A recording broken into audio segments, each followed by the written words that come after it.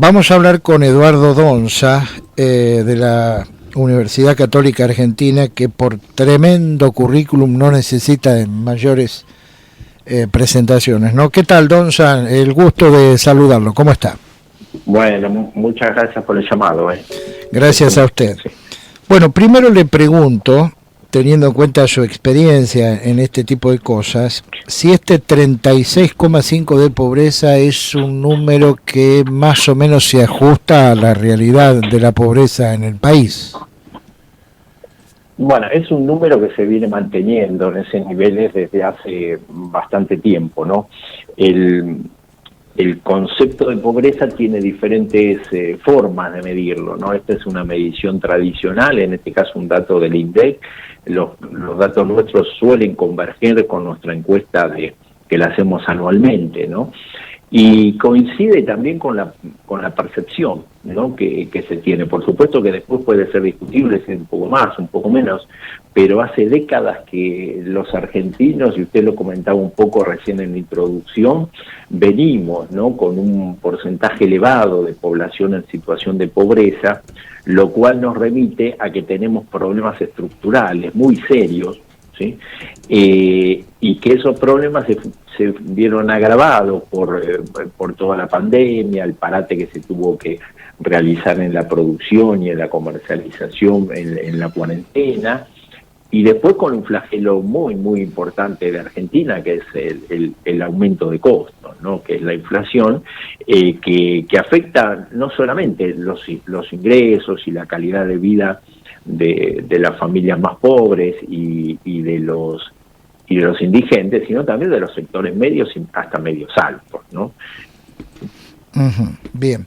Ahora, antes de ingresar al índice de indigencia, sin el bla bla que la política nos tiene acostumbrado en las últimas décadas, hay, digamos, un porcentaje alto de pobreza que ha pasado a ser crónico, estructural, de la cual uno piensa que es imposible bajarla. Sí, nosotros estimamos más o menos que hay ese porcentaje que usted dice estaría en un 20% de la población, que es denominado técnicamente como un núcleo duro de la pobreza, ¿no?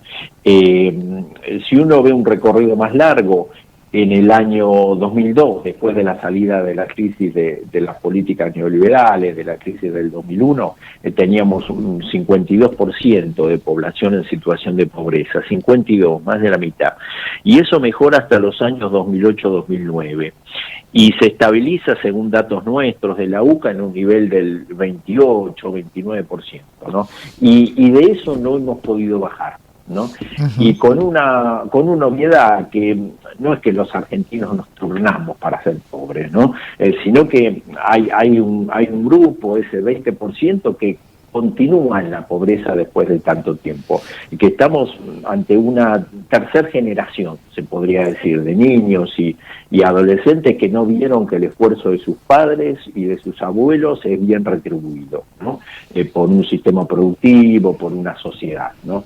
Entonces, ahí se van sumando, además de esta cuestión de ingresos, que es lo que mide esta forma, este indicador de pobreza, se van sumando privaciones y derechos vulnerados, ¿no? Hay otra forma de medirla que tenemos en la UCA, que es una pobreza multidimensional, porque esto viene asociado con una vivienda de muy baja calidad, con no tener conexión a la red de agua y a la red de cloaca, con las enfermedades que eso puede acarrear, con los niños y adolescentes que tienen un atraso escolar o directamente pueden no asistir al colegio, ni hablemos de lo que puede ser la calidad de la educación, que se vio fuertemente alterada con lo que es la pandemia y la cuarentena.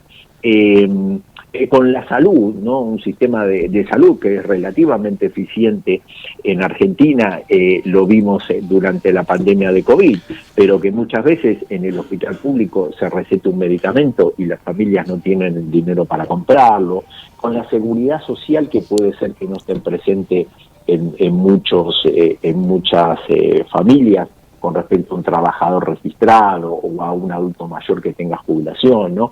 Son diferentes factores que van sumando vulneraciones de derechos y que van generando también muchas veces que se esté en la periferia, ¿no? Tanto las personas como las familias, y muchas veces excluidos, ¿no? Que cuando vemos en algunas noticias bueno, las alienaciones tan grandes, ¿no?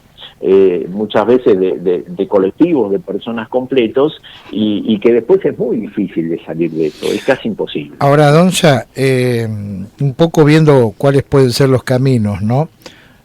Quizás no se sepa claramente cuál puede ser el camino para erradicar esto, o por lo menos comenzar a bajar estos niveles estratosféricos de pobreza, pero sí saber cuáles no son los caminos, ¿no? El nivel de asistencialismo desde hace décadas, fundamentalmente en la provincia de Buenos Aires, en el conurbano, y la cantidad permanente de planes sociales evidentemente no nos condujeron a solucionar este problema. No lo solucionan, pero son estrictamente necesarios para que no empeore mucho más, ¿sí?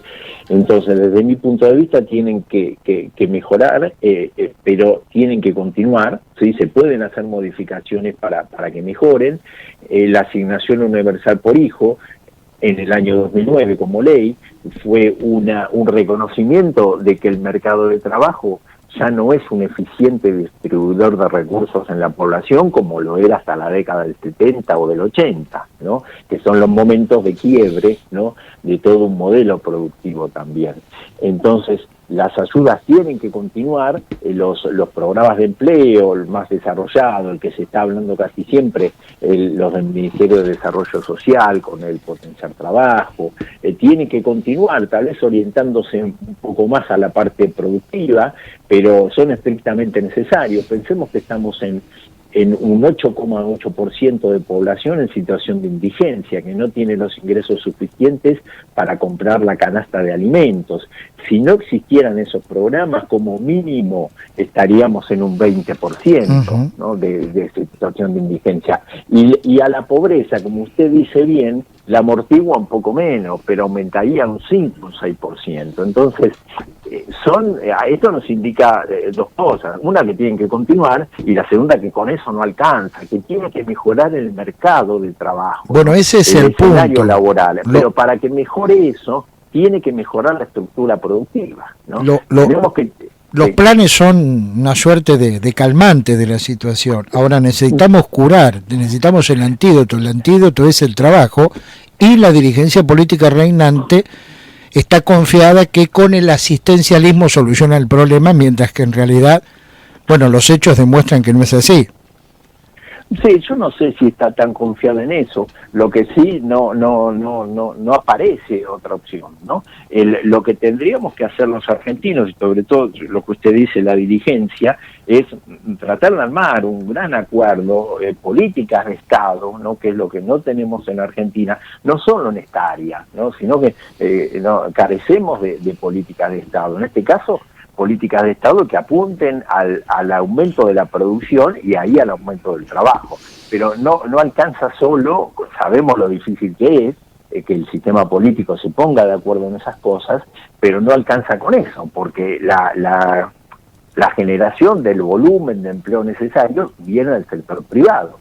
Y ahí hay una lógica, hay que transmitirle confiabilidad también, por eso sí sería importante para eso un sistema político unido, que se vea que el país converge hasta cierto punto. Bien. Y todos los actores de la producción y el trabajo tendrían que hacer un gran acuerdo nacional, diseñando esas políticas de producción entre todos y sabiendo que todos los sectores van a perder algo cuando se sientan en ese momento.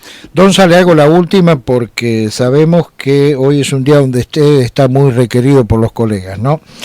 Este trabajo que publicó el INDEC es hasta, por lo menos el primer semestre del 2022, se entiende que es hasta junio. ¿Cómo cree usted que va a impactar los niveles de inflación que ya eran altos hasta junio, pero que a partir de julio fueron increciendo? Digo, ¿cómo cree usted que puede impactar en el próximo informe que se va a dar a conocer en diciembre? Y lamentablemente, ojalá no ocurra, pero lo que preveemos es que se agrave un poco la situación. ¿no?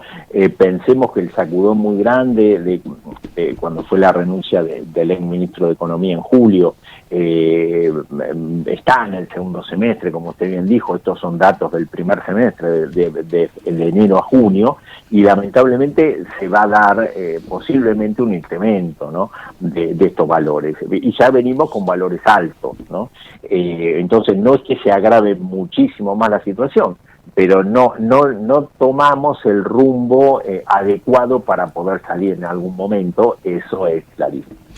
Muy bien, estamos hablando con Eduardo Donza. Donza, muy amable, que tenga una buena jornada y gracias como siempre por la gentileza de atendernos. Bueno, gracias por el contacto y que tengan muy buen día. Lo mismo digo.